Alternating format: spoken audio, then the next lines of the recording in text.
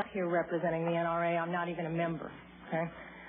Secondly, I'd like to say that in your opening statements, you commented specifically on my testimony, saying that basically it had nothing to do with this issue. And I had to chuckle because then I noticed you had Mr. Brady up here, who was hit not with an assault weapon but with a .22 caliber revolver. So getting beyond that, a couple of years ago, my parents and I went to a cafeteria in Texas on a bright sunny day. We weren't in a dark alley where we weren't supposed to be. And as you all know the story, this madman drove his truck through the window. And he began shooting. Well, immediately, my father and I got down on the floor and put the table up in front of us. And this guy kept shooting.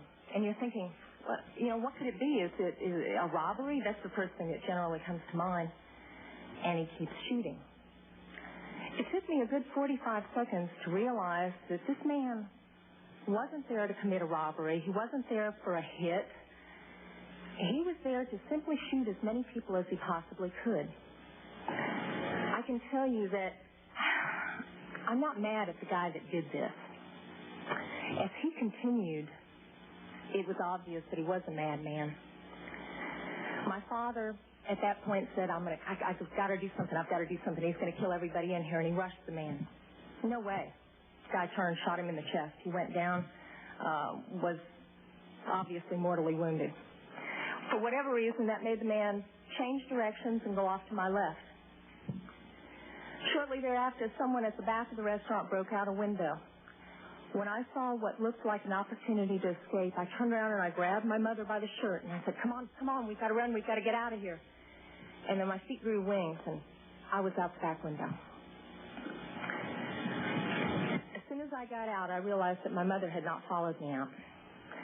And as I learned from the police officers, she had crawled over to where my father was and cradled him until the guy got back around to her, put the gun to her head. She looked up at him, put her head down, and he pulled the trigger.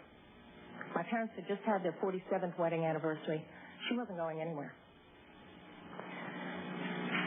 As I mentioned, I'm not really mad at the guy that did this. And I'm certainly not mad at the guns that did this. They didn't walk in there by themselves and pull their own triggers. The guy that did it was a lunatic. That's like being mad at a rabid dog.